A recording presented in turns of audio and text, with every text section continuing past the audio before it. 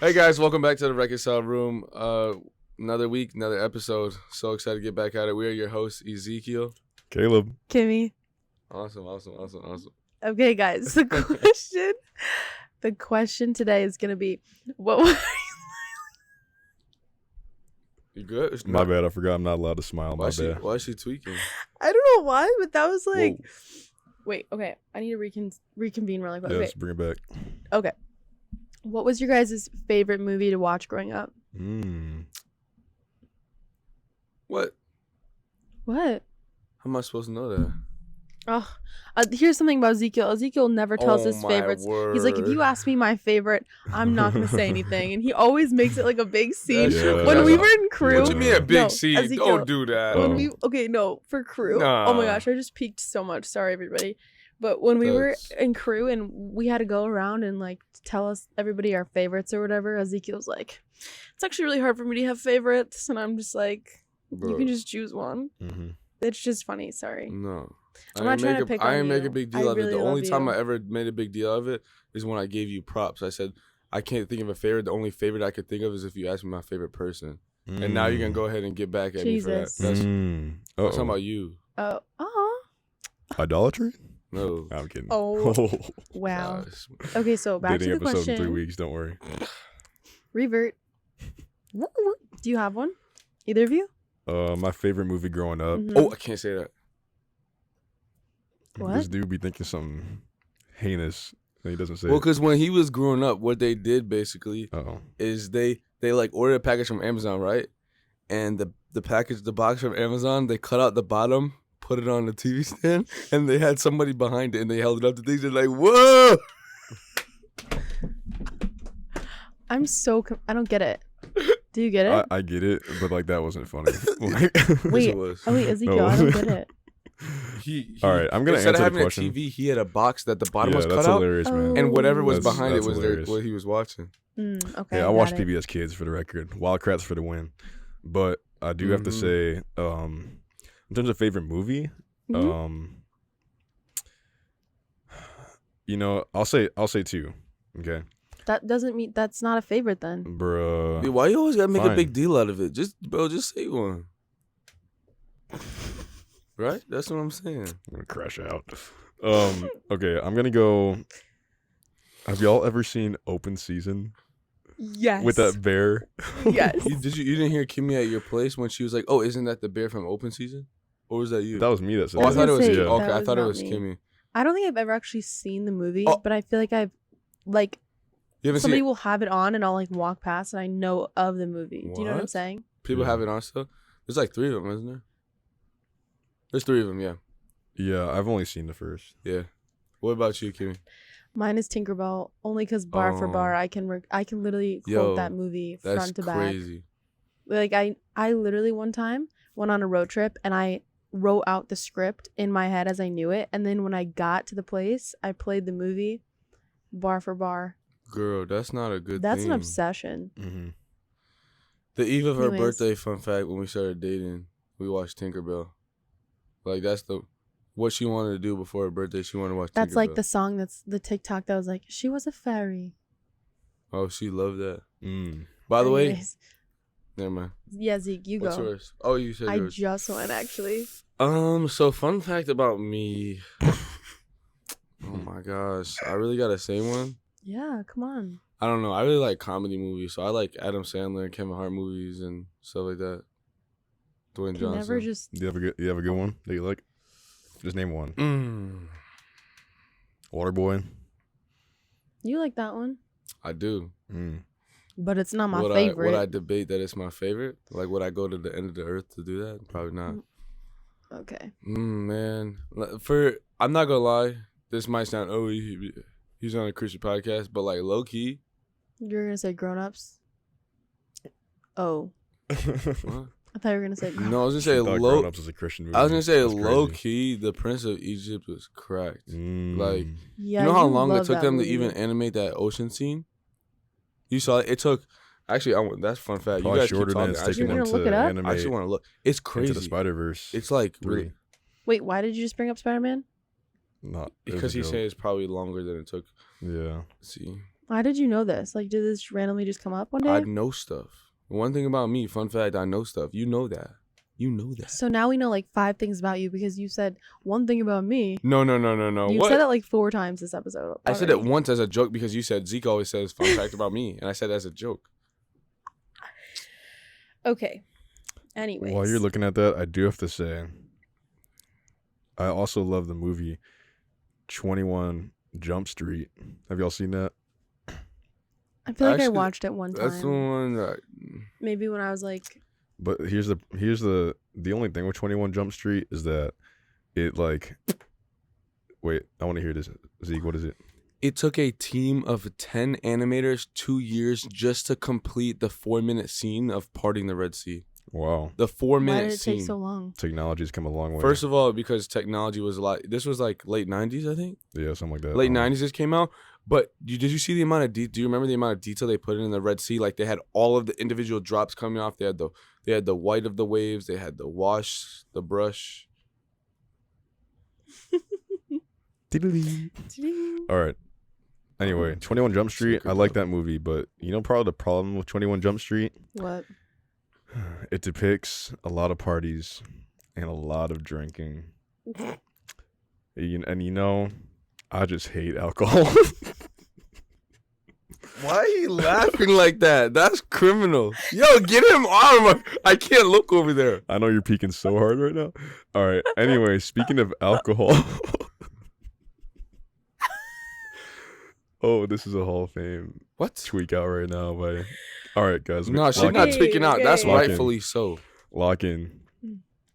Lock in. Here we Keep go. going. Keep All going. right. So, Alcohol. yeah. So, yeah, I mean, what are we talking about today? Title of the episode, spoiler. Spoiler. Why do Christians refuse to drink? I think that's what we want for the title, something like that. Yeah, something like that. So today, we're going to be talking about alcohol. We're going to talk about, hopefully, the misconceptions of alcohol, what Christians actually believe about it, because there's a lot of crazy stuff out there. And hopefully, yeah, get to let you know a lot of our perspective, but also just straight facts as well. So, yeah. Straight back. To kick it, yeah, straight facts. To kick it off, I think we should probably start by addressing. I think when people are clicking on this episode, especially if there's somebody who has a bad view of alcohol or a bad view of Christianity in regards to alcohol, they'll probably have a couple of different feelings or opinions or perceptions that they have going into the episode. So I think we should first off start by addressing that. So if Caleb, you would go ahead and start us out, unless Kimmy, you want to. No, kick it off. Okay. All right, let's do it. I think that there are going to be, honestly, the majority of non-Christians tuning into this are probably thinking, okay, I'm about to get judged for an hour by these 3 super Christians who do a podcast. Super Christians is crazy. And Yeah. I don't think we're super Christians. For the record, we all got the same Holy Spirit. If you're a believer and you're watching this, we're all empowered by the same person, and that is God, the Holy Spirit. At the end of the day, though, there's going to be a lot of people who have experienced Christians telling them all sorts of different things about alcohol, but most of them bad. And because people participate in it so much in this culture, and because honestly people tie their identity to this, there's going to be a lot of judgment when I'm telling you that something you're doing that you've tied your identity to is wrong. There's always going to be that feeling of, man, you're judging me as a person. You're judging, like, it's not just like what I do, but to some degree, this is a big part of who I am. I don't think anybody who drinks alcohol a good amount is going to tell you that a big part of who they are is that they drink alcohol. But if I just look at your life, I mean, you don't need to tell me that. I can just see your life. So then because of that, if I tell you that drinking alcohol is bad, you're going to feel like I'm judging you as a person, not just your actions. So judgment, that's like the number one thing I think people are going to feel when they're not Christian and listen to this episode. Which is interesting in my opinion, because when I tell somebody something, especially because I mean it's clear we're not to judge non-Christians in the same way as Christians, because why would these things apply to them? Do you know what I mean? If they're not Christian. But I think it's interesting how people see it as a judgment only because, and that's in my opinion one of the reasons or ways that their identity is tied to it. Because if I'm telling somebody something genuinely out of a care for them, like, hey dude, I see what this is doing to your life, and they're like, oh, you're judging me, you think you're better than me, it's like, no, I'm genuinely just trying to, like, hey, I'm recognizing something and I'm trying to help you out. I don't go up to people and say, hey, no, and like wag my finger at them and then say like you're naughty or something. I don't know why I said it like that, but you know what I mean. Like that's why I always think it's interesting when people take it that way. And in my opinion, that's a way that I can tell or realize that somebody might have their identity in something, because they get immediately offended. Sorry, when I bring something up and that has to do with it, even if it's not from a religious basis. It could be like, yo, you've been drinking the past 3 weekends and you've missed 3 exams in a row. You flunked 3 exams in a row. Maybe you should stop drinking. Oh, no. You know what I mean? Like, I just think that's interesting. Yeah. But Kimmy, do you want to, you were going to say something.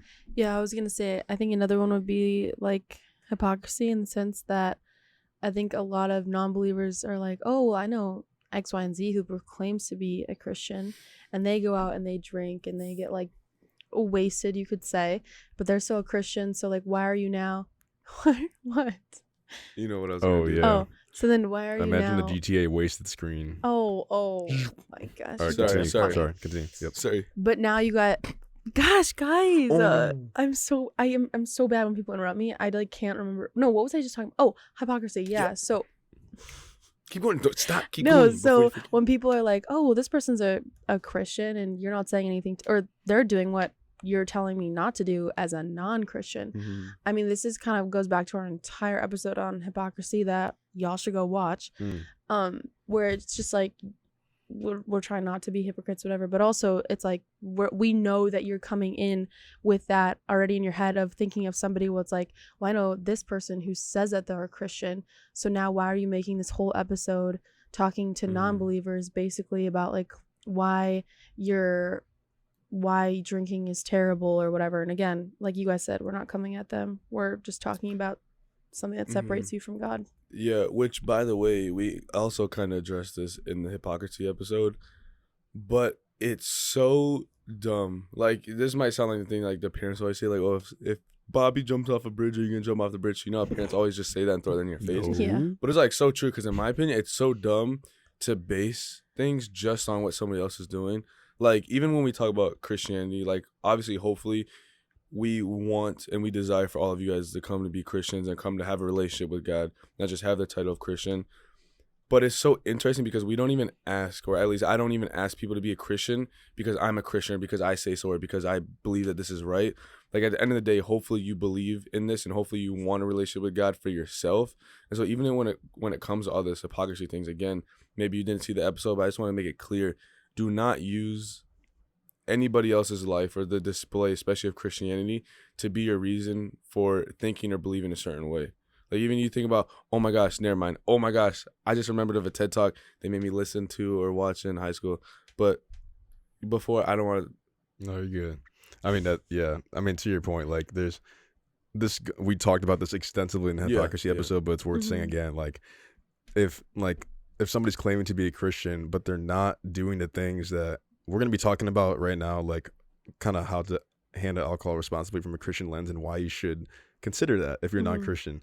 And as we talk about those things, if you're surrounded by Christians who like say they're Christian but are not doing what we're talking about, we're like, the principles that we're discussing are from the word that they should believe too. So I mean, you can talk to them, like ask them, like, hey, like why do you handle alcohol like this if you're calling yourself a Christian? I'm just curious. And you can put it on us, be like, yeah, I just watched this podcast called the Reconcile Room, and they said this, like, what are your thoughts on that? Like, put it on us. We'll talk. We'll send them to the DMs. We'll take the brunt. Yeah. Can I just say though, because I did think of the TED Talk, and it was really interesting. I don't remember her name. I believe she was from Lagos. Legos. Sorry. Is it actually Lagos? I thought it was Lagos. No, it's Legos. Lagos. Bro. Yeah. Yes. Bro, I'm half Nigerian. Bro, just ask me how to say. All right, just making sure. How to say Nigerian city as well. But she gave it was actually really interesting, and it's like 12 minutes, but I recommend you guys listening to it, and even you guys in the audience. But her title was The Power of a Single Story. And have you heard of this or no? Kind of. I've heard of it. Is this a secular talk or is this a... It is, okay. Yeah. And it's basically just her saying how she was raised in certain ways where when somebody told her something, and this is like culture as a whole, when somebody told her something about a specific group of people, you can do that with everything. Once that's the first thing you hear about that thing or that person, that just starts to just form your whole reality about that thing. And so she was saying the power of a single story, because it can be so destructive and disruptive in the way that it works in cross-cultural boundaries, communities, and all these other spaces, and especially for Christianity, because people will hear one of these things and be like, oh, that's exactly why I don't want to be a Christian. Christians believe this, or like Christians blah blah blah. Like, that's exactly why I don't want to. Like, go and find out for yourself. Like, look for yourself. Don't be ignorant, and don't let that be a reason for you not to come to Christianity.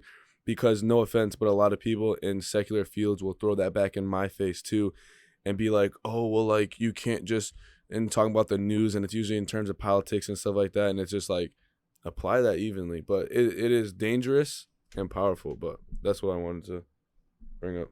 Mm-hmm. And yeah, I think there's so we talked about how you might be listening to this and you're like, okay, you're judging me, or two, why should I listen to y'all anyway, because Christians are hypocrites about this topic. Three, I think, and the final thing we'll say is like a maybe a perception that you have as a non-Christian listening to this, is that you feel like it's not that big of a deal.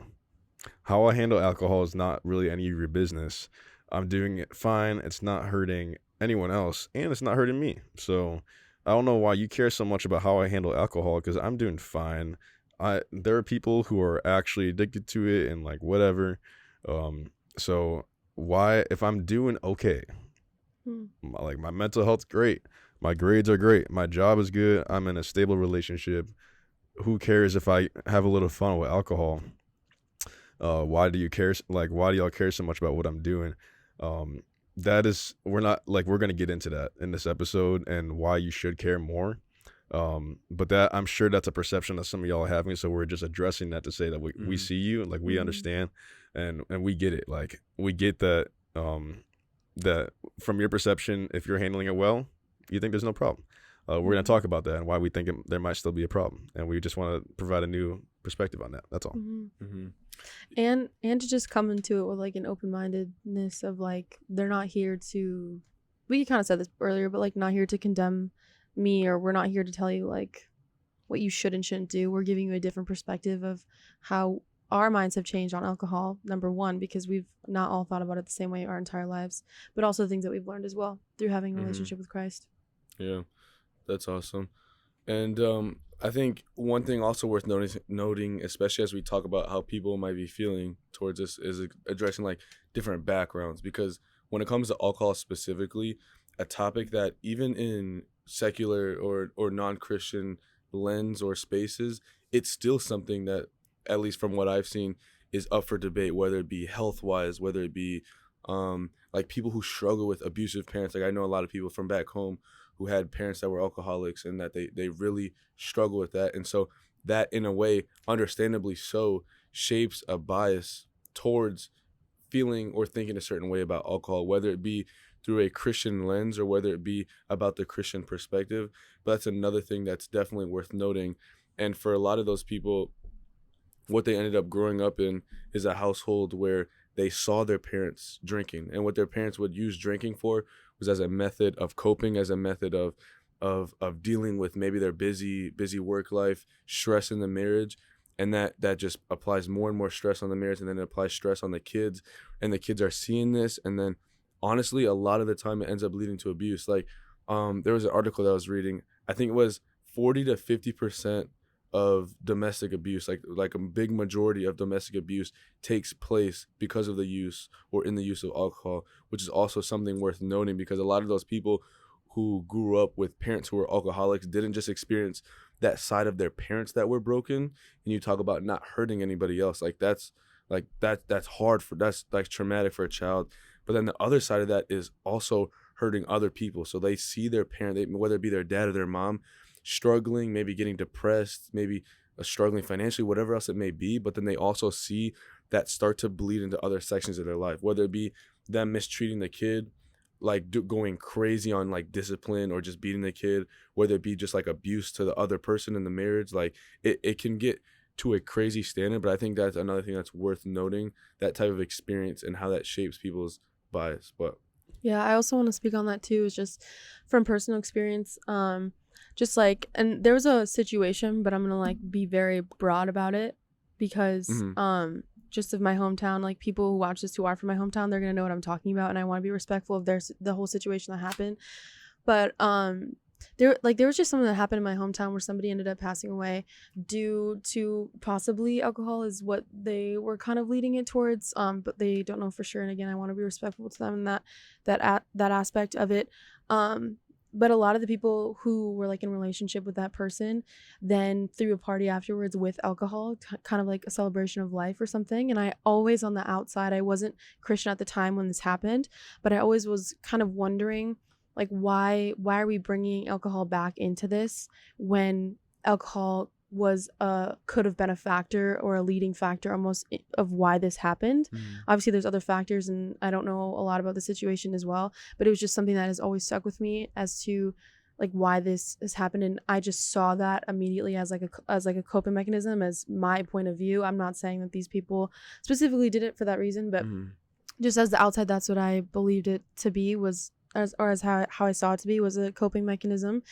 And just in the hometown that I grew up in, like, it was very country, and there was a lot of people who, like, basically our social lives revolved around going to parties and around alcohol and all of that stuff.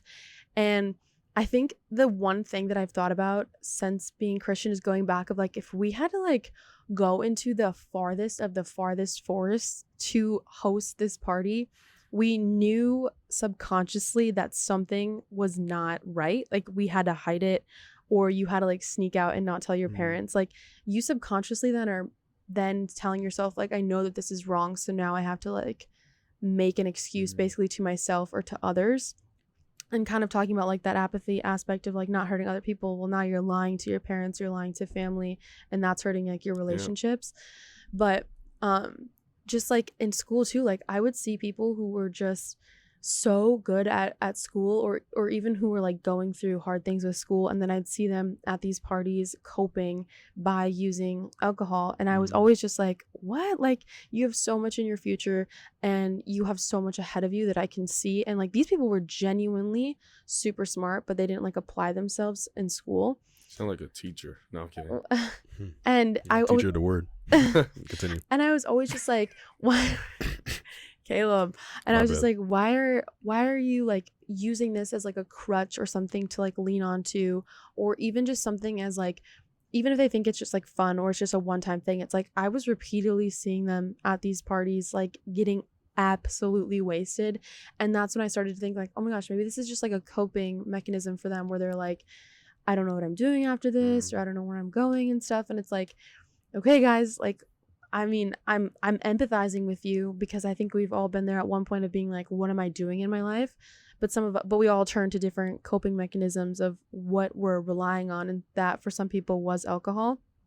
And just seeing that in those people who had such amazing futures ahead of them. I don't know where a lot of them are today, so I can't say that that's even false for them. Again, not judging them whatsoever. But just I remember being in high school and looking at them and just being like, oh my gosh, like, you're such a good student, or you're such these other things. And when I was at these parties, like, I was always the DD, so I was always the person who was sober looking into everything else. And like, there were just some wild things that happened that people would do because they are under that influence, and because it's almost like you have like a shot of espresso in you, and all of a sudden you're like friends with everybody, and everybody's friends with everybody, but like the drama you just had at school, it doesn't apply. It's like a really weird concept to get around. Yeah. You know? Yeah. And it's worth noting also that we'll be doing a lot of talking about that in this episode. But I want to ask you guys a question, especially because we are specifically college students, or college age students as well. I guess that applies to you. But I want to ask you guys also, when it comes to background, it's worth noting the alcoholism, like I struggle with that in my household, abuse, whatever else that may be. But also let's talk about that background or that perception or the experience when it comes to the college experience. Are either of you guys willing to touch on that a bit? Yeah, I can get into that. So I think like what Kimmy and Zeke were just describing more so was like, I might have grown up in a situation where my parents and my family made alcoholism normal. So I might grow up thinking, yeah, it's a normal coping mechanism, because that's what I watched my parents heal their pain with, or mask problems with. Now, the same thing happens in college, but I think the difference when you are now in a college environment, and now we're talking about drinking and that situation and that circumstance, is that oftentimes people are drinking because of this herd mentality that we are here in college to have the most fun possible through doing things that we would not normally do if we were sober, and pursuing pleasures that are not morally acceptable unless I'm drunk. And in college, people call it a college experience, doing things like getting drunk so I'm bold enough to talk to that girl so you can have this really painful short-term hookup situation. Let's be real, like that's what it is. I mean, if I went to a bar and interviewed a bunch of people asking like, why are you here drinking, and a lot of people are gonna say, I'm just having fun, like it's just a college experience, like, oh, like, and then they're like sad and crying. I'm like, what's fun? Yeah, no, this is just what my frat's doing, or sorority or whatever. This is just what me and my buddies do. But then if I was able to actually interview their true brain and like get a real answer, oftentimes people are just doing it because they don't like, this is how they really like get out of their shell and get out of their depression, get out of their anxiety for a moment. Or it's just because they're just straight seeking out sex, honestly. Like, I'm be real. Like, if you could interview 80%, like, I bet 80% of guys at least would tell you they're in that bar drunk to meet a girl to take home, to hook up with. Like, a lot of girls might say the same. But that's part of the culture. So let's call it what it is. Now, again, so you might be listening and be in a college or in an environment where that is the reality. People can say it's about fun, but honestly, I'm telling you, that's probably the reality of the environment you're in, is that it's a herd mentality of seeking that, not just fun, seeking out like all this short-term stuff, seeking out medicating your pains, mental pains with this stuff. So that's what's influencing a lot of y'all's like perceptions about alcohol. So let's call that what it is before we start talking about the facts behind it. Yeah, whenever anybody talks about the college experience or stuff like that, I always get just like so in my head because, witnessing firsthand, especially because Edgewood, like, it's still in Madison, but it's more of a smaller, more intimate little community, like, like everybody, as opposed to UW, you've probably seen a lot of people, but there's thousands upon thousands upon thousands of people that you've never seen or don't know, and so it might be a little different. But I see people, like, every year people come in, especially freshmen. Like, I'm an RA, especially for freshmen. And, man, the amount of, like, it's so sad because the amount of destruction that I've seen bring to people when people are looking and people are going and searching and coping. I've seen so many beautiful, wonderful relationships get destroyed because of that. I've seen so many people who, like, have, like, an amazing character. And this isn't meant to sound, like, in a judgment way, like, I look down on them or anything now. It's just saying that, like, my heart breaks for that, and then that's when I get to the point where I'm like, hey man, like, I'm noticing this in your life, like, blah blah blah. And if you choose to see it as judgment, you choose to see it as a judgment, and you don't want to fix it, you don't want to fix it. But I don't want to let somebody sit in that. And so when we talk about, even on the past episodes where it's like, why do we want to evangelize? Why do we want to share the gospel with people? Why do we obsess over God's love? It's because we want people to realize that. It's because we want people to experience that. But this is even outside of Christianity. Like, just in general, even if you're not a Christian, I can see you destroying your life. And hopefully I should have enough compassion and empathy to be like, man, like, I don't want this to happen to you.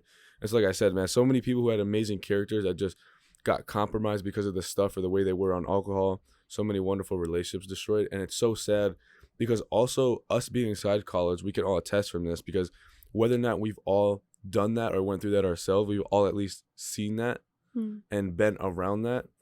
And so one of the things I think is interesting is when it comes to movies, when it comes to media, when it comes to, oh my gosh, I should have done a better job taking notes, but I saw this one study and this one interview that's actually super interesting, and it had to do with companies, like specifically marketing or ingraining certain ideas in people's minds so that when they get older, when they go to college, like, that's what they want.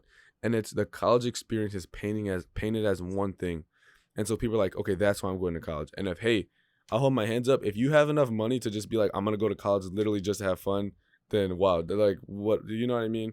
But there's so many different reasons and purposes behind going to college. And even if you do want to have fun, there's so many healthier, better ways, and in my opinion, more fun ways to go about having fun than just want to get blackout wasted and see people like actually ruin their life. Like, it's so sad to see. But Wait, I want to talk about Yeah. is rational. Okay, I'm trying to think of the word I want to use. Rationalization is like you defending something to make it normal, right? Is that what the word means? I don't know if you can have. Okay, a let me strict just use it in a definition. sentence, and then you guys tell me. Justification. Justification, yeah. So when you were talking kind of about, you talked a little bit about like justification, but just like an example of that, and how you were also talking about tearing the, like making relationships go apart. Something crazy that happened, not really crazy, but when I was not in the faith and Ezekiel was in the faith, I used to go out to bars with my friends to be their DD.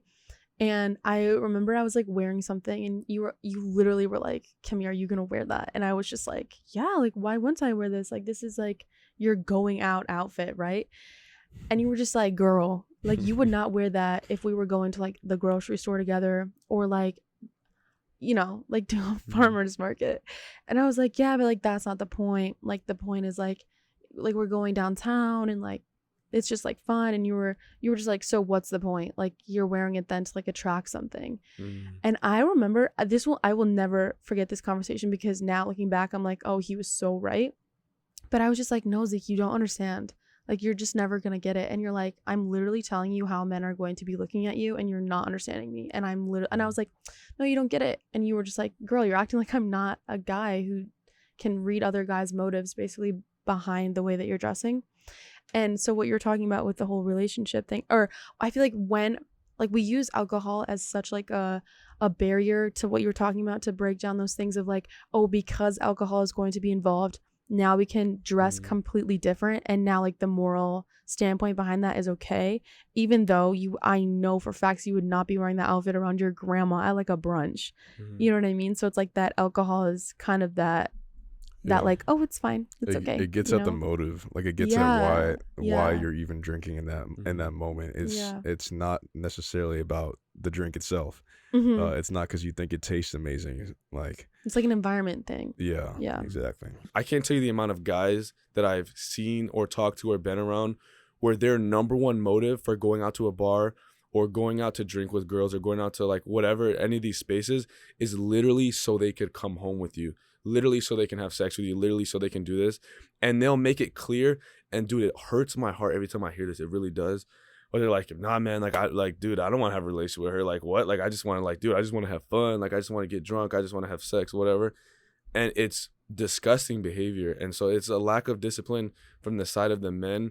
But then also, I would hope, and I really do hope that women understand, like, how valuable they are and how they should see themselves.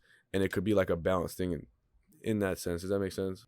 And, yeah, like, the biggest thing is that we're going to talk about the problem with hookup culture. I'm sure I'm excited for that episode too. So you might be hearing this and you're like, okay, it sounds like y'all are just like huge killjoys, like trying to ruin all the fun. Bashing everybody. Yeah, because we're talking about like, oh yeah, it's like, look at all these bad things alcohol does. It makes you like want to have sex with people and like go out and medicate your anxiety and depression. And then a lot of you are hearing this and you're like, and like who cares? Like that's not your problem. If that's what I want to do, that's what I want to do. So I'm just saying for y'all, like we're going to talk about it, about why you should, like why these side effects of alcohol negatively impact you. But let's move forward with the assumption that people getting drunk so that they can do one night stands is probably not great, and we'll talk about why in detail in a different episode. Are we good? Yeah. That's good. So yeah. Really stress the not bashing part. Yes. Huh? Really stressing the not bashing part. Yeah, like we're like we'll not bashing people here. Like we'll talk about why we like the point of this episode is that y'all can understand the Christian lens of why we just don't think it's a good idea. Like first and foremost, I think it's worth saying that the reason why I personally do not get drunk is because God told me so. Okay. And we're going to go over many different reasons why we believe it also just makes sense not to get drunk. Like logically, scientifically, from a society viewpoint, like this is why it does not make sense to get drunk. And we just think when God says don't do something, it usually makes a lot of sense. And if it doesn't make sense, you need to go figure that out, because it does. Like that's proven to be true about anything I've followed in the Bible. And it's especially true of getting drunk.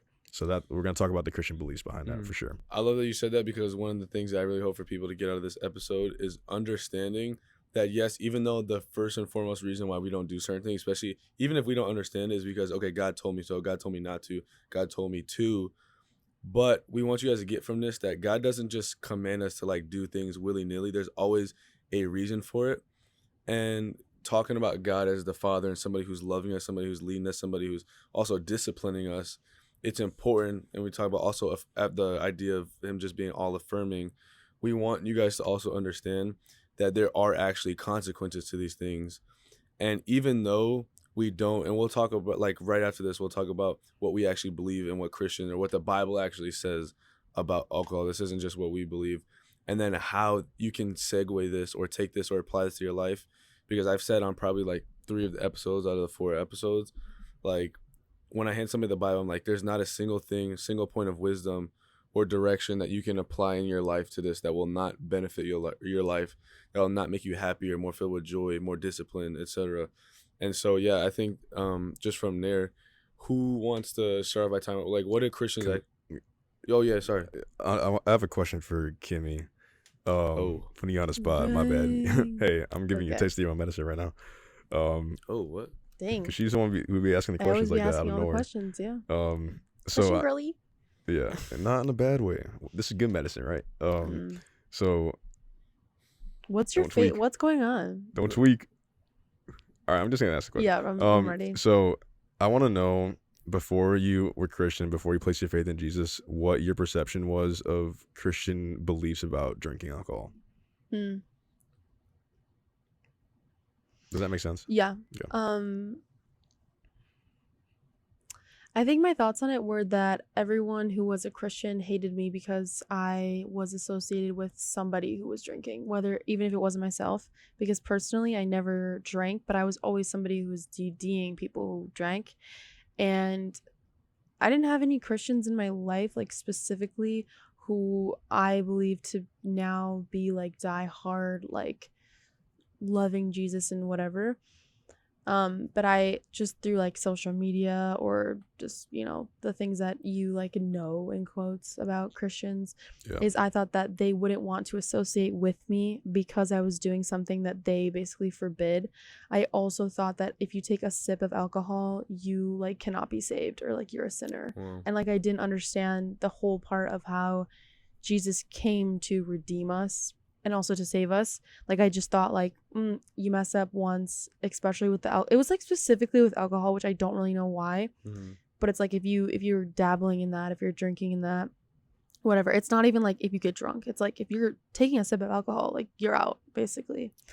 So I mean, I feel it wasn't the correct view, and I also felt like I felt a lot of judgment towards it, even though I wasn't participating necessarily in it. So that's what I thought. Yeah, so part of why I asked you that is because I think a lot of non-believers are going to be watching this episode, and their perception of the Christian belief on alcohol is that you can't touch it, and that drinking at all is taboo, no-go, avoid it, like the plague, like devil's juice, whatever you want to call it. Yeah. So this is important preface to all Christians watching this is that you can have different convictions, personal convictions about how you want to handle alcohol. That does not make it scripture. So I just want to say that before we say anything about Christian beliefs about alcohol. We're gonna, if we think something subjectively about Christian beliefs in alcohol, we'll say that it's our subjective conviction. But unless that's noted, we are talking about the objective reality of what Scripture teaches. And if you disagree, argue in the comments. I will respond to your comment with fire. Just kidding. So yeah, what you're getting at is again this legalistic idea that that if we drink any alcohol, that's a sin, and that God forbids that.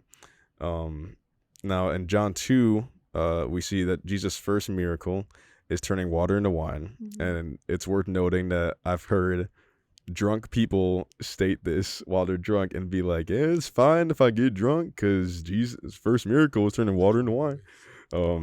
That's not what all drunk people sound like, but Yeah, like that's so. Listen, if drinking any alcohol was a sin, would Jesus tempt like an entire wedding party to drink?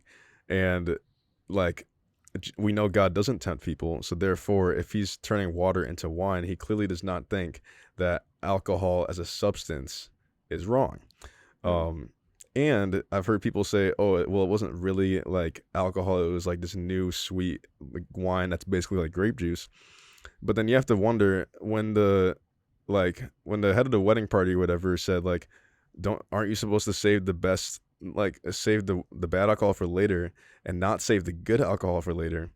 The reason why he said that and save the good wine for later is because if you drink the good wine first, it will get you drunk, or at least like tipsy or whatever, and then you bring out the bad wine when nobody cares anymore because they're a little tipsy and loose. So therefore, like good wine in that time period was associated with like not insane alcohol content, but there was alcohol in it. So there's no debate about like whether or not good wine was really just grape juice. It was alcohol. Okay. So that's a lot. But like what I'm trying to say is that if you're not Christian listening to this, like the Bible doesn't say that you can't touch it. Yeah. So we're going to get into what the Bible like does say in the negative. That's like the positive for like pro alcohol, but we'll get into the negative too. Yeah, I do want to add one more thing to the positive. I mean, we were kind of talking about this earlier, but even the idea of God accepting new wine as an offering, or even promising new wine as a source, or as a promise of a blessing to come to the land. But then also even when Paul is talking to Timothy, and Timothy's got that stomach ache, and he basically prescribes him with drinking some wine, and there's like this whole cultural context thing behind there. We'll also have an episode on biblical literature. But in terms of the negative thing, there's a reason why sexual stuff is most commonly talked about when it comes to alcohol, is because, not because the Bible says this, but the Bible says this because it's truth, and you can see this evidently in everything else. But we talked about, that was last episode, we talked about debauchery. Or was that 2 episodes ago? We brought that verse up, didn't we? Ago. Yeah, I think it was, filled with the Spirit. I think it was wasn't 2. Evangelism, it was the one before that. It was 2 episodes ago during because they were hypocrisy. talking about living out, yeah. Yeah. So we brought up the idea of debauchery, which is basically giving in to, it doesn't have to just be, but it's almost specifically talking about sensual desires or desires of the flesh. And so basically what that looks like is desires that we believe that we have a sinful nature, and that sinful nature is what drives us to do things, even though we know that they're wrong, and we might feel guilty afterwards, and we might not actually want to do those things, but we crave those things, and so we end up doing them anyways. And again, Paul was one that said, the good that I want to do, I don't do, but the good that I don't know why I just had that verse written on my whiteboard upstairs. Yeah, actually. Yeah, but so that's the reason why we talk about sexuality or sexual desires when it comes to this, is because the reason why the Bible views this as an issue is because, and the Bible strictly says that drunkenness is an ungodly behavior, that you should not be a drunkard, that you should not be drunk, and that it leads to all these things. But this is the reason why we're not to do it, because as a Christian, you're called to be sober-minded, which is not strictly talking about alcohol, but it's talking about being clear of mind in general. And self-control which is the next big one that goes to that. What happens when I not drink, which is again why Caleb pointed out specifically earlier, that it's not that the Bible is saying that you can't ever touch a drink. It's that I should not touch a drink with the intent of getting drunk and wobbly and blacking out and throwing up and all these other things. Because what does that do? That literally just factually, like, you don't have to be a Christian to believe this, it inhibits your behavior. Like, it's a depressant, and it suppresses certain areas of your brain. So like your motor skills, your ability to make decisions. And so the bad side is that the Bible says that being drunk is a sin, that you should not be a drunkard. But yeah. And I was also gonna say, how you were talking about the sober-minded aspect of it. Something your sister said to me yesterday that actually, like, I always thought that verse was just like, be sober-minded, and I just think in my head, like, just don't drink or whatever. So like, I'm always being sober-minded. But your sister told me yesterday, she was like, yeah, like when we're scrolling on TikTok like for hours, like we're not being sober-minded because we're using that as comfort to like block basically us like going to God or lamenting to God. And I had a complete Whoa, that's a word. No, like complete revelation of like, oh, I've been thinking this entire time, look at me, I'm so sober-minded, immediately humbled, where I'm like, you are not sober-minded because you're filling your mind with all these other things, basically. So that was like another example, basically, of just alcohol it's not only referring to alcohol in that sense too. So yeah. The thing that I also want to add that I didn't quite say when I was talking about that, but when we talk about self-control and being sober-minded and doing good and us doing wrong even though we know it's wrong and maybe feeling bad afterwards, when we were talking about earlier how people will do certain things in the context of drinking, but they will never be seen as acceptable outside the context of drinking or getting drunk. And that right there is something that's totally worth thinking about if you're non-Christian, because again, we say that the biggest reason for us not getting drunk, and again, I don't personally drink because I actually just don't even like the taste, and I've never had a drink and I've never seen it as pleasing, but that's not to say that the Bible says that it's wrong to ever have a drink. But when we talk about self-control, that's what we're talking about. I don't. When you said that, I was just like, oh, us having a glass of wine I was when like, you're why are you about to smiling at me engage like to that? me. Whenever you smile at me like that, I can't concentrate. No, I was just thinking about that. Sorry, Oh, man. go ahead. Yeah, I low-key got a bottle of wine for us just because I thought it looked fancy for the table when I was engaged, when I was proposing to her. Engaging. And we took a sip of it, and I immediately actually thought I was going to throw up. Like, I actually thought I was going to ruin the whole day and throw up. And I was able to get it down, but I was like, yeah, I'm not doing that again. We both looked at each other, said that, started laughing. But anyways, that's the reason why Christian, or the reason, and I can't ultimately say the reason behind God, but through the Bible, I can be like, this is why it tells us not to be drunk, because we are to be self-control. And when I'm getting drunk, I'm doing the things that I shouldn't be doing, or things that are not seen as acceptable, and the Bible sees that as ungodly behavior. But yeah, and I want to add that I drink alcohol, and I enjoy certain mixed drinks. I'm not a beer fan, but I'll drink wine for sure. Like, I enjoy it. I like how it tastes with certain meals. I like the taste of certain mixed drinks. Like, so I'm in the camp where I like it. Okay, that's wrong. Yep. Wait, sorry, people can't see the video. I'm joking. So if people if you were listening on Spotify and they just hear me say that and not see me laugh, then okay, I was joking. My bad. No. So what I'm trying to say is, like, if you're listening to this and you're like, well, okay, you guys just are super inexperienced and like you haven't had good stuff. Like, I've had good stuff and I enjoy alcohol, but what we're trying to say is, like, I enjoy it for the taste and for the celebration of something, especially with wine, because that's in scripture. It's tied to celebration, hence why wine was prevalent at the wedding, and they would like give wine to the temple as a first fruit sacrifice to God, saying like, listen, like, God, you're first. We're even going to give you the first fruits of our really good wine. And if you don't understand that, just search it up or something. Like, we're not going to explain sacrifice on here right now. But like, so what I'm trying to say is, like, my motivation behind it is those things. It's not to do stuff that I wouldn't normally do. It's not to get drunk. It's not to engage in those certain behaviors.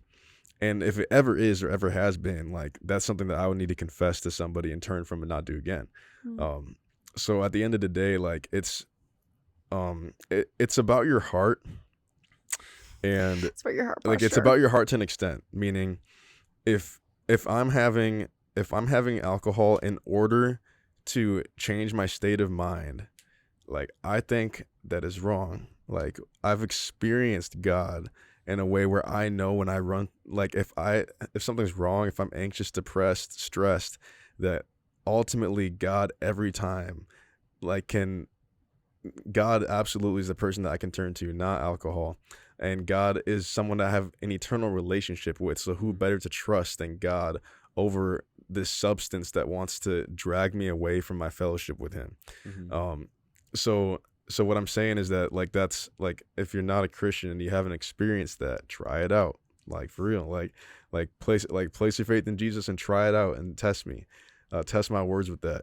But what I'm trying to say is that with alcohol specifically, if my motivation is good, but I take like 6 drinks and I'm like, oh, like, I just love the taste of it, so I'm going to take 6 drinks and I get drunk, that's also wrong, because sin trumps my whatever motivation I had.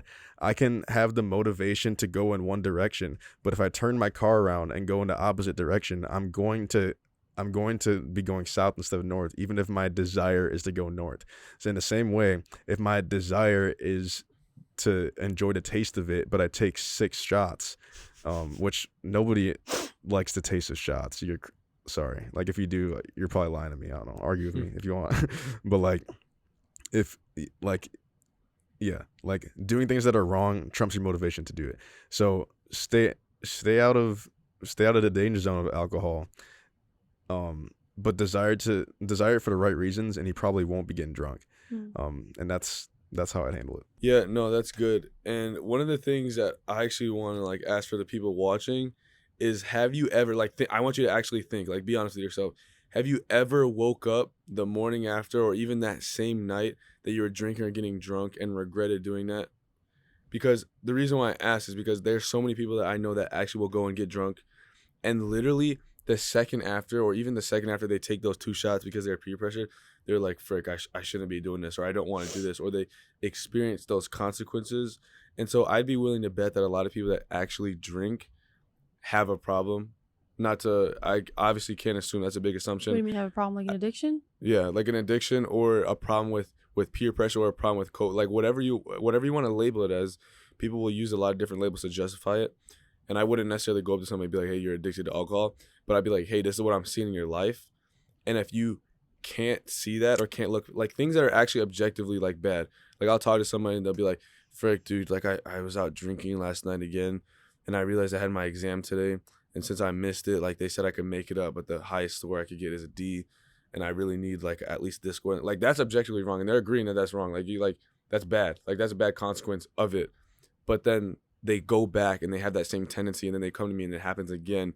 And so that's where I'm like, hey, like once, like you didn't want to do that, but one time it happened. I don't know what happened, because I personally don't drink, but you still recognize that as bad. But then when somebody repeats those behaviors, then I'm like, okay, they probably have a problem. But anyways. Oh, I was going to say something. Well, 2 things. One, I just want to stress one more time again, like alcoholism is so serious, and we're not trying to say it as like a light thing of like everybody has alcoholism, because I know there's some people who have seriously struggled with it, number 1, and number 2, have had family members that have, those family members have specifically really impacted their lives and their view of alcohol, whatever. So I just want to throw that out there of like, we're not saying like this is something light, whatever.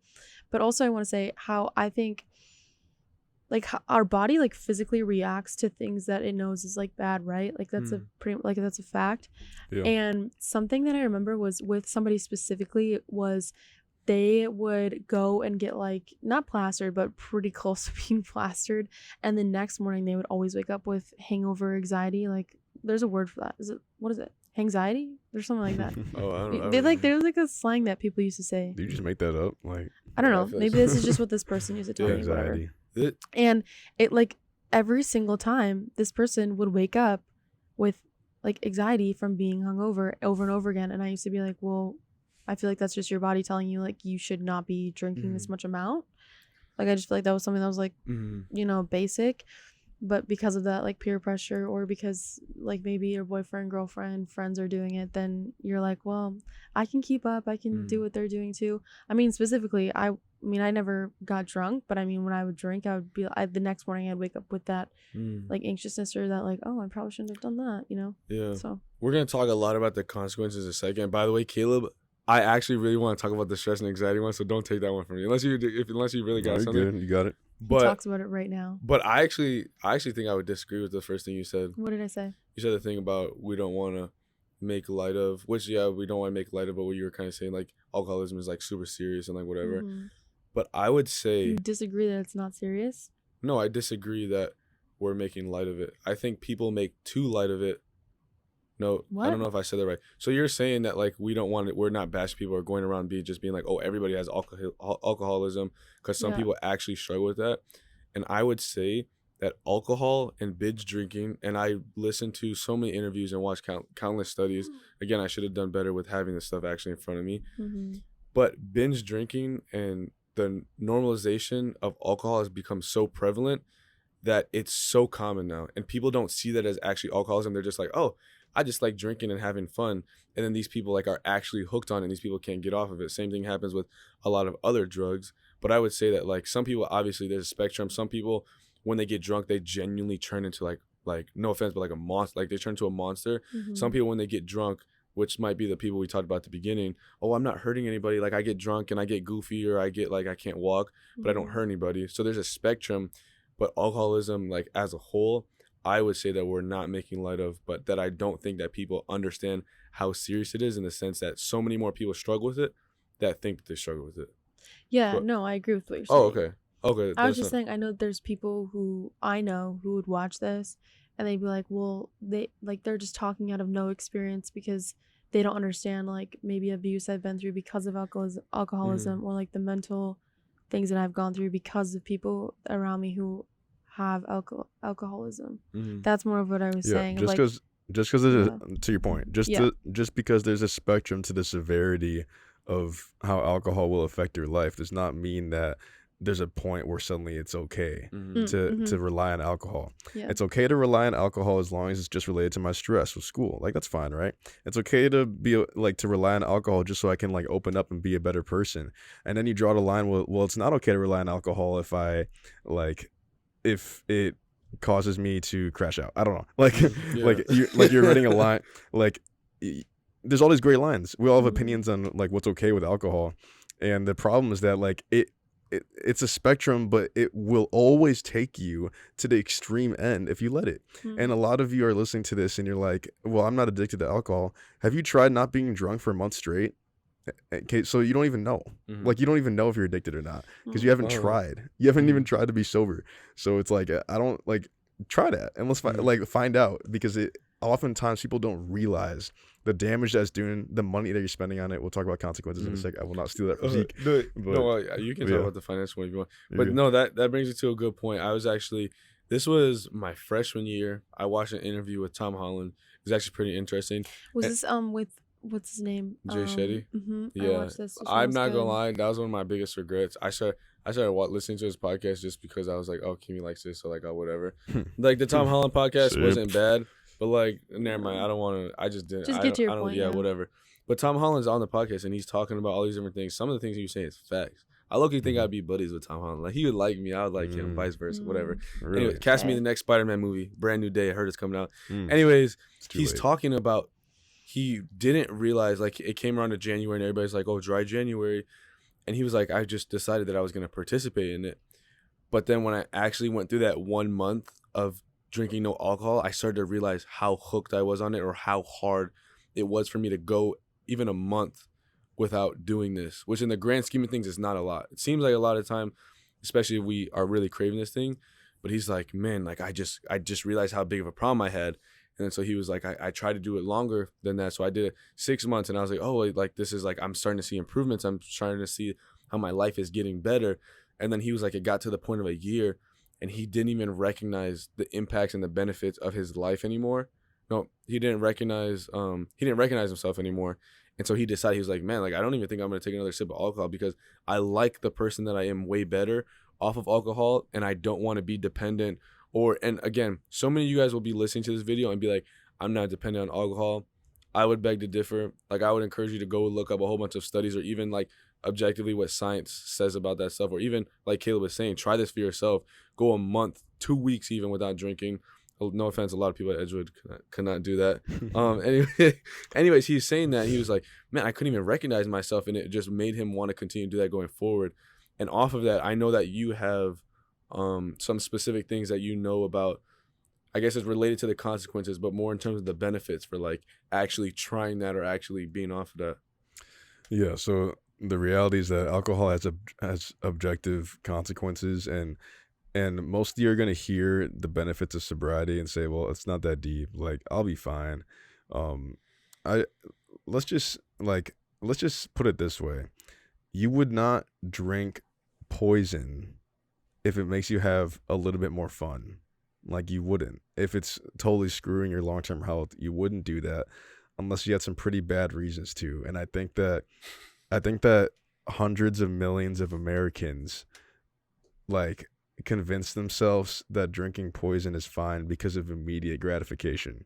And alcohol is not poison in the sense that in moderation, there's studies that say that in moderation, even like red wine is good for you. So it's not a perfect analogy to poison. But I just want to say that when you take it excessively, it acts like poison. So essentially, like when you're sober and you avoid and like, so let's say you've been taking alcohol pretty consistently, let's say weekly, twice a week, even bi-weekly, but you're getting drunk. If you stop doing that, like you'll see an immediate blood pressure drop, and blood pressure is a silent killer. High blood pressure is a silent killer. Especially for black people. Sorry. No, it's true. Yeah. And your skin will start to look and feel better after about a week. So a lot of y'all care about your skin, but you're getting drunk all the time, and that actually impacts that. It brings your ADH, which is your antidiuretic hormones, back to normal.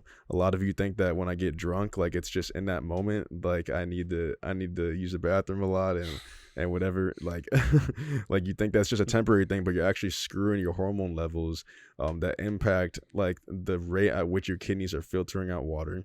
So your water retention goes up. Your kidneys get repaired about a month into it because you're doing damage to the function in your kidney when you take too much alcohol. People think it's just a liver, but it's also kidneys. Yo, on Thursdays through Sundays, man, I can't even walk nowhere down Madison without seeing somebody squatted over in a bush or this girl squatting next to a car. I'm like, dang. And people think that's just I'm just doing temporary, something weird temporary to my body, but that has long-term effects. You have liver tissue problems as well that get regenerated once you're 2 months into sobriety. And then there's all sorts of other things like that aren't just related to your body, but you're saving so much money. Like think about how many of y'all college students. Wait, is that body, that all that stuff that you just stated, is that for men and women? Men and women, yeah. It actually has worse impacts for women in a lot of ways because of typically less body mass or less of an ability or affinity to handle certain things. So in a lot of ways, a lot of studies that I saw, things or impacts were worse, but this applies to like both, everybody. Okay, keep going. Yeah, so that's the body stuff, male and female, and it impacts both of them. But then, like I was saying with money, like in finances, like how many college students out here are like seriously complaining about money? I'm one of them. Okay, so but how many college students are seriously complaining about like money and working hard and whatever? And then you're spending thousands of dollars on alcohol in the grand scheme of things. Like, so there's that aspect when you're sober, is that now you're not spending that much money on something that's actually hurting you anyway. And yeah, like we talked about things like depression and anxiety. It's when you try to medicate depression and anxiety with something that only fixes it temporarily, you're only going to make it worse. Because alcohol hides your problems. It doesn't heal your problems. With any sort of like thing that you're struggling with mentally that's taking control of your life, like alcohol does a really good job of masking your problem temporarily, but it doesn't heal it. And if anything, it makes it worse, because if I tried to fix a problem and it doesn't fix it, it lowers my self-esteem and my ability to think that I can actually do anything about this problem. It just like it'll start infiltrating every area of my life. Man, I can't figure this out. The anxiety builds when you can't figure out why this isn't like helping my problem. I think a lot of y'all know that though. Like, I don't think I need to convince you that alcohol isn't actually healing your depression or anxiety. Or your bank account. But I think a lot of y'all like still like chase after it to mask it. Why not go for something that can heal it? Yeah. I think the alcohol or wine and spirits, I think the market is like 1.7 trillion, something like that. Sure. Obviously not. That's probably all from Wisconsin. You could have just totally made that up. I have no idea. No, I didn't make it up. I didn't make it up. I'm just saying I have no idea. And obviously it's not all college students, but I'd actually be curious to like know what percentage of that is consumed by like people aged 18 to 24, something along the lines.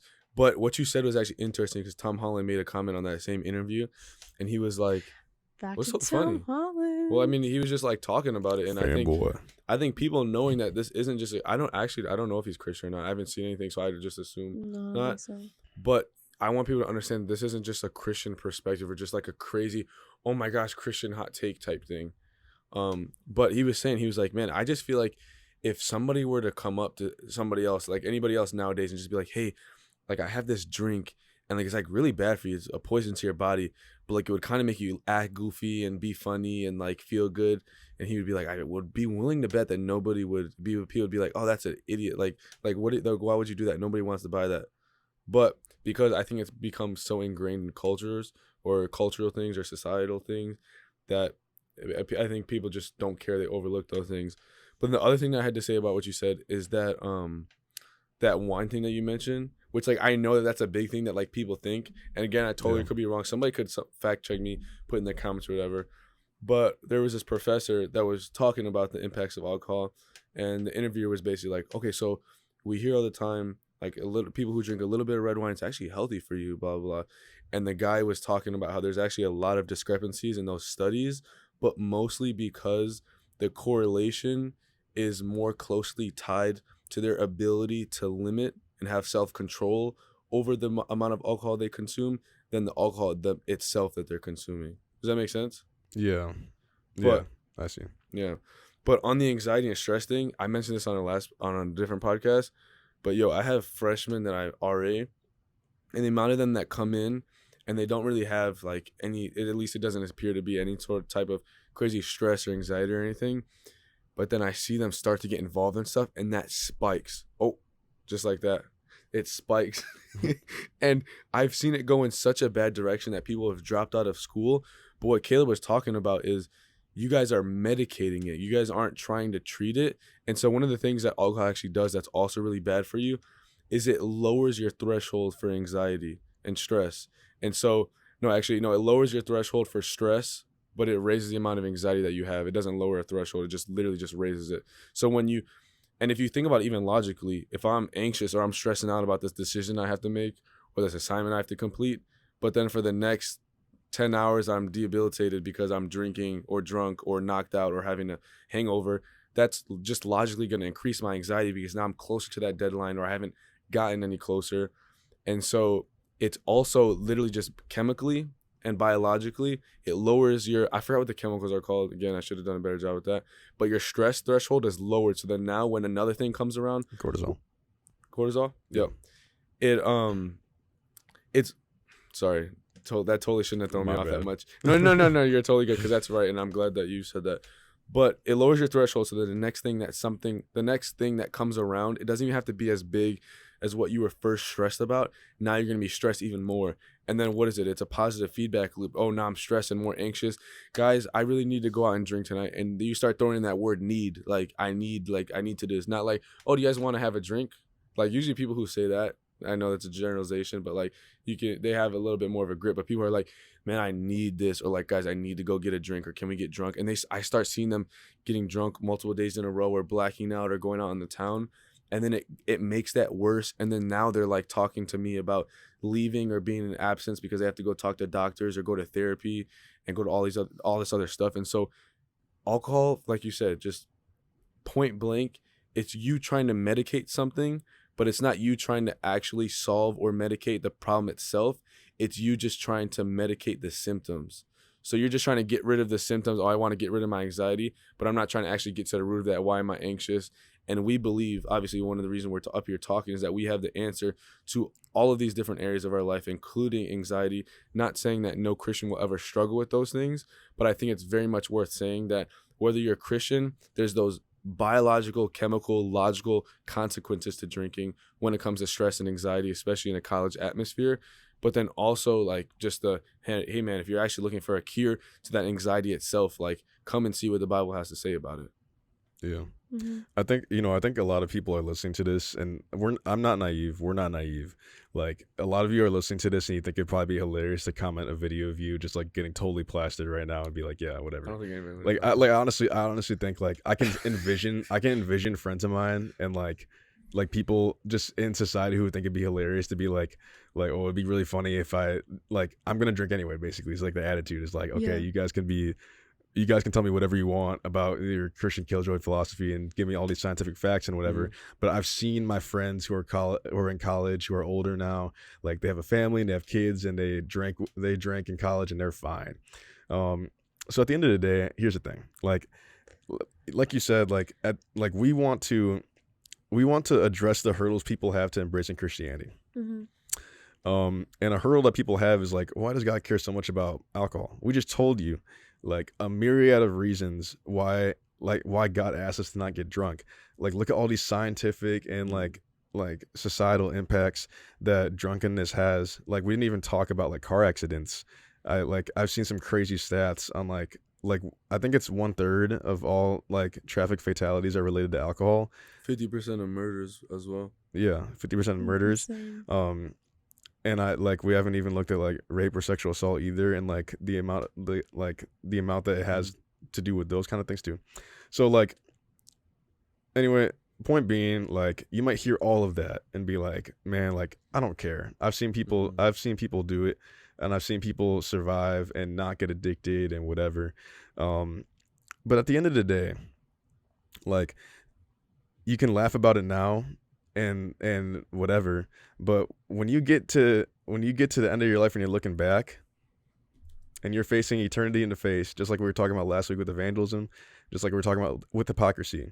If God is real, okay, and you're going to face him one day, like at the end of the day, like, are you going to let something like alcohol that was just simply to have some fun be the reason that you didn't pursue a relationship with God that would have lasted for eternity? So like when you're on your deathbed looking back, what are you going to regret? Mm.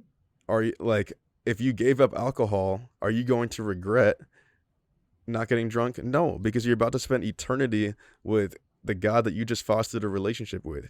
Now, if you refuse to embrace Christianity and refuse to embrace God because of alcohol, I best bet that when you're not having fun anymore and you're about to face eternity, like, you're not going to be like, man, like, give me one more sip of this alcohol.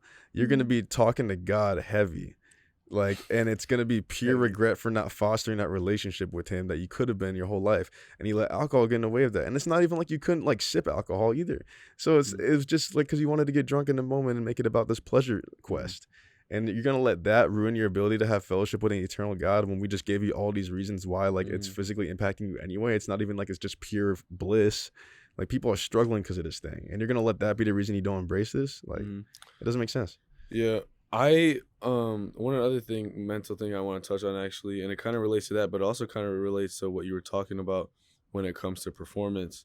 And it's I talked about anxiety or stress, but it's specifically like the social anxiety or like the social stress or the social pressures that people have. Like, oh, I want to be this certain way, so I'm going to drink alcohol to be this certain way. And it starts becoming like they wanting to kind of turn themselves into somebody else or be like this to perform and act out a certain way. But then when they're in situations, and it was really interesting because it was an interview with Jordan Peterson where I heard this and he was talking about it and he was giving his own experience. Like, man, I was thinking back to my life, and all of the biggest regrets that I have about what I said or what I did was when I was drinking. And he said, I started thinking to myself, do I want that to be even a possibility, even if it's sporadically happening and not every single day? Like, do I want to like lose control over myself to where I'm doing these things or saying these things that I regret just so I can have the joy, which I put in quotes because a lot of people I don't believe actually get happiness out of drinking itself. But anyway, so they start to struggle when they're in social environments, and if they can't have a drink, they literally don't know how to act. And then they just feel like they're putting on a performance, and then they're like, man, I have to go back to drinking. Like, I need to be the Adrian. I don't know if any of you guys watch Brooklyn Nine-Nine. I got to be 8-drink Amy out here. You see that? I haven't seen that. Oh, you laughed. I like that. It's a funny show. You somebody that laughs, even though I like got that. no clue what you're talking about. Yeah. And then I do want to ask you though specifically, Kimmy, especially because you've been around it a lot. And I was also actually in the DD situation. That's when we first saw each other actually cross paths. We were both. I was out and Ezekiel DD'd me. Yeah, that's how we met. But we never talked or anything. The next day we ended, but that's a long story. Anyways, I'm curious specifically on your perspective or firsthand what you've seen, because obviously there are statistics and we can go into that for days. But I want to know like what you've specifically seen in terms of relationships being impacted because of alcohol-based reasons. Man, I could go on about this for days because give there's us like so many. one good one. What'd you say? A juicy one. One good example.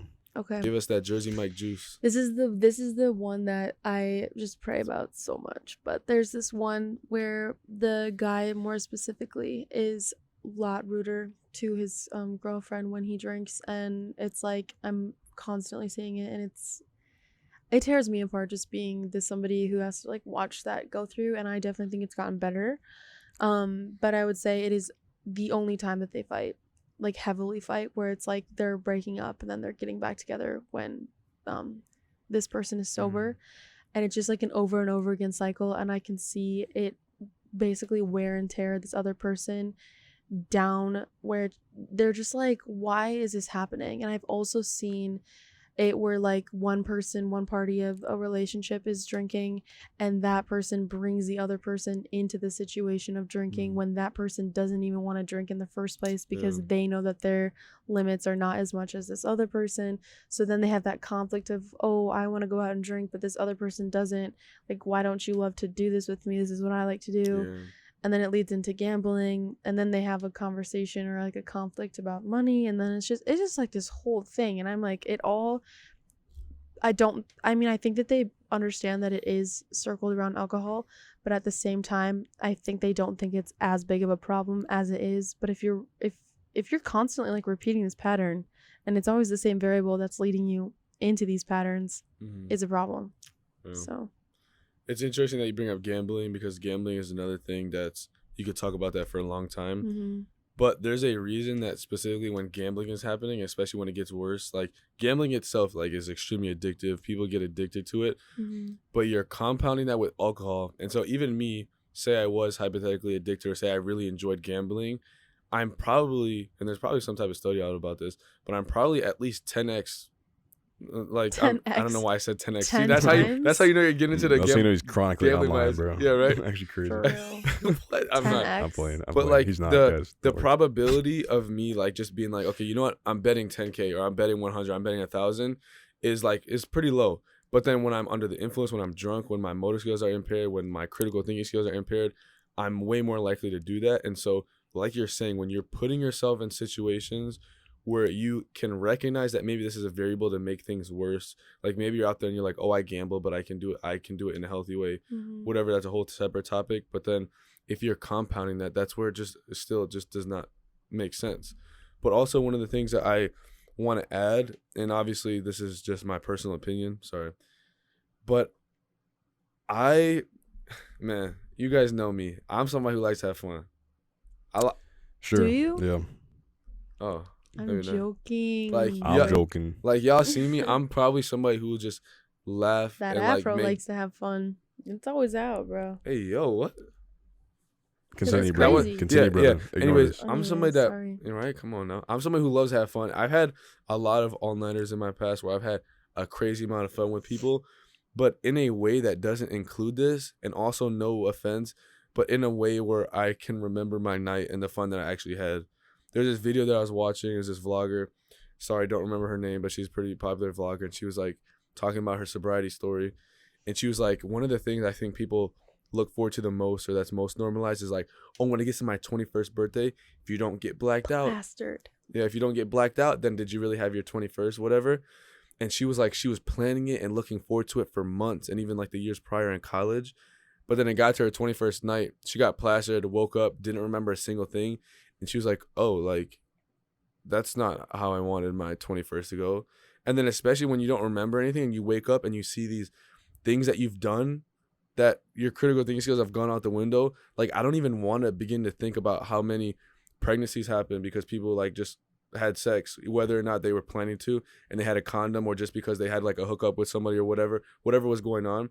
I can't even imagine stuff that goes on with that. But then also people specifically at Edgewood who do things that are literally against the law when they're drunk, and then they get in trouble with actual law authorities. And it's just crazy. And one of the things that was always like just a stickler in my mind, I talk to you guys about this, but I've played sports my whole life, and I've been on the soccer team, and it's just the amount of fun, in quotes, that people would have by just getting plastered and drunk.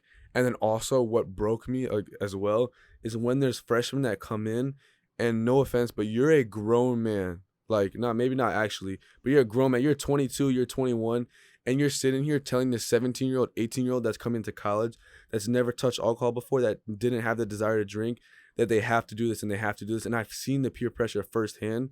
And this is only in a small school. I can only imagine what goes on in the big schools.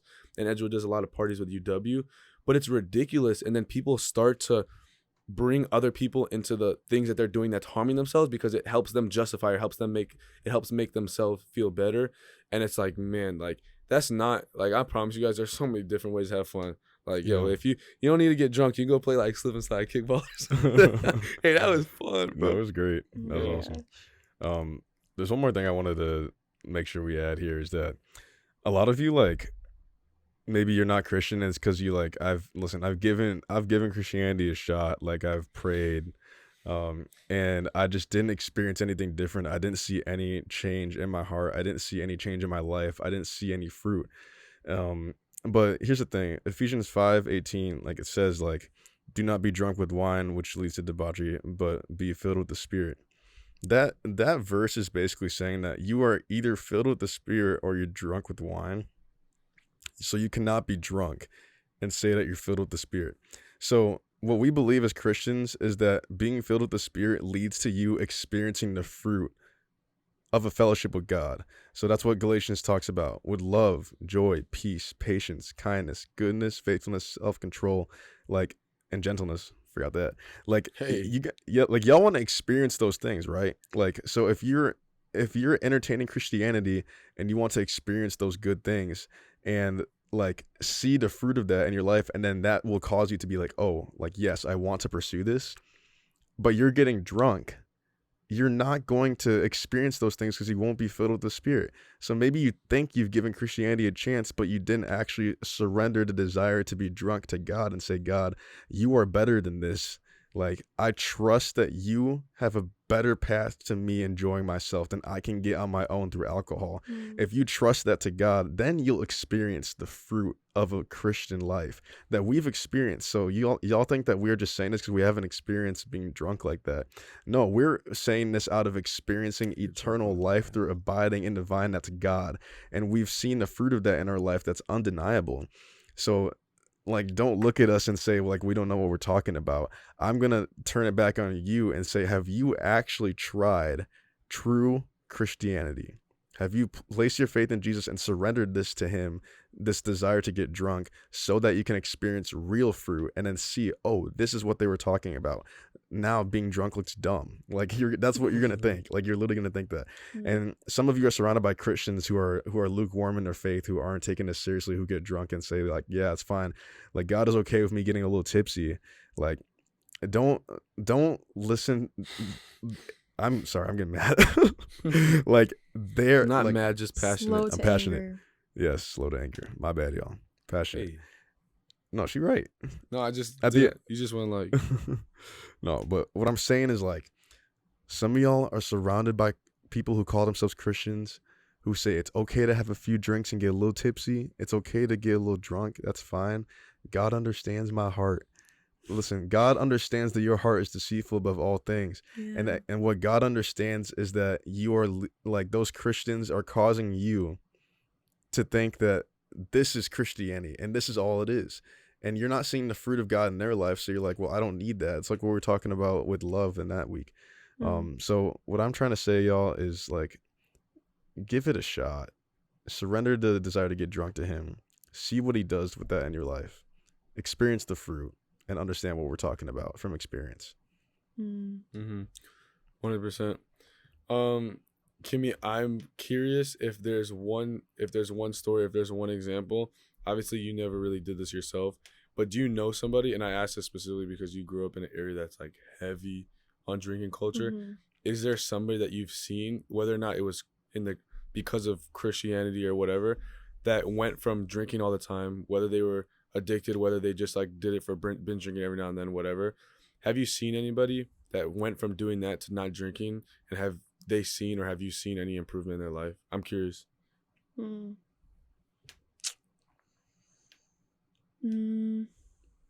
don't think so. Really? There's not a single person that I can think of that, like, I grew up with them and they were drinking and then they stopped drinking.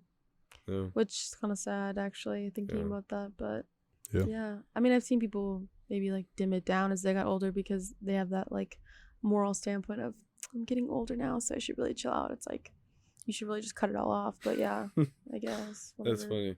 One thing that I want to say about what Caleb was touching on is people always talk about the line. Like, okay, where's the line? And Christians, and I'll be the first one to admit, this was the way that I would think about things. How close can I get to the line without crossing it? You could slap any label on this. It can be any sin, any struggle, whatever. You can so very easily just say in your mind right now, I'm not going to do that. I'm never going to do that. But also being mature and having wisdom is understanding that I'm prone to make mistakes. I'm not going to do anything perfectly in my life. And the idea is that when I have the desire, when I try to get as close to that line as possible, the closer that I get, the higher is my risk of stumbling over that line is, even if it's not intentional. That's why Caleb keeps on mentioning, it is on your heart. Like, where's your heart intent? But then it gets to a certain point where it's like, my heart intent, I wasn't wanting to do that, but I put myself in the position to do that, and I did it. That's still sin. That doesn't make it because, I did it on accident, because like that doesn't make it not sin. Does that make sense? Mm-hmm. And so, why are you smiling? So just one thing my dad says is that direction, not intention, determines your destination. Think about that. That That's sounds good. such like a dad quote. Oh, Yeah, that's fire. but no, it's funny because I've met so many people, even at, like, especially at Edgewood. I bring Edgewood a lot just because that's literally the little community that I live in, just because I've been on campus. But that have this idea of, man, like Zeke, they'll ask me all the time, Zeke, where's the line though? Where's the line? Why doesn't the Bible draw a clear line? The idea is I shouldn't even be thinking about the line, man. I should be thinking, how close can I get to God? Not how close can I get to the line. And the further that I get away from the line and the closer that I get to God, even if I make a mistake, even if I stumble, if I'm 30 yards away from the line, if I'm drunk, I'm going to stumble 30 feet somehow and trip over the line. But like, even if I trip and I fall, I'm still nowhere near the line. And also at the end of the day, we want to make it clear once again that there is grace for you and that God does have grace for you, and that we're not saying this like, oh, once you did this or once you crossed the line, you're done. Like, we're not talking to you anymore. That's not what we're saying. I'm hopefully trying to encourage the people that struggle with that, because I did that as well in my life, wanting to get, hey, how close can I get to the line? And I actually really like that. It's about direction, not intention. And so, yeah. Yeah, if anyone has any things that we said in this episode that you're like, I don't think so, you should DM us on Instagram so we can clarify, because we said a lot of good stuff. So we did, and we don't want any of it to be taken out of context either.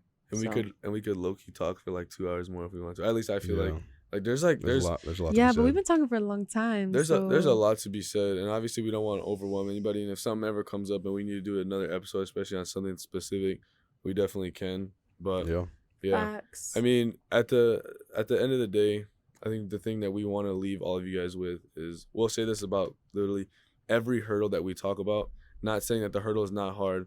Not saying that the hurdle is not an issue. Like, we should strive to get over those hurdles. But we want you guys to understand that using these hurdles as an excuse to not be a Christian does not make sense. It does not make sense logically, and especially like even outside of Christianity, if Christianity is like you're not fully convinced yet. Like, Caleb, what am I gonna say? I have no idea. Oh, Pascal's wager. You've been bringing that up a lot recently. Yeah. But it's just specifically the idea of, if there's any part of what we said or any part of the Christian life or what the Bible says, like where it's like, man, I want that, then give it a shot. Like, run at that and be like, I want that. And if you chase after that, and if you're looking for that, and if you're seeking for that, and you're trying to live for the kingdom, live for God, and you don't find that, I highly doubt that you actually tried and that you actually live these things out. And so we want to just make it extremely clear that there will be struggles, there will be issues that come up, but they should not be things where it's like, oh shoot, like this came up, you know what, I'm done, I'm out. Like, why don't we try to look to go past those? And the idea of the single story being that when you're told only one thing about an object, about an idea, or about a people, that is what that becomes for you. And so don't let this false view of Christianity, don't let hypocrites, don't let anything else get in the way of what the truth actually is. And we believe that the truth is Jesus, the way is Jesus, and the life is Jesus. And if you want that, come to him. And if you want to know how, send us in the comments, DM us, whatever, and we'd be so happy to talk to you. Yeah. But yeah, that's our episode for today. We will see you guys next week. And next week, not gonna lie, no, I probably shouldn't say it, right? It's gonna be a juicy one though. It will be juicy. It's always juicy. Okay. Probably always the juiciest one. No, I know, but some of them are just like, as we're beginning to prepare for college, it's like, yo, I think people need to hear these, and it's like, yeah. All right, well, we will see you guys next week at the Sorry, I just saw Caleb go straight from like as you were like doing the outro. Sorry. See you next week in, everybody point at the same time, in the Reconcile Room. The Reconcile Room. That was cringe. Why y'all doing that? That's cringe. Okay, bye. Y'all weird.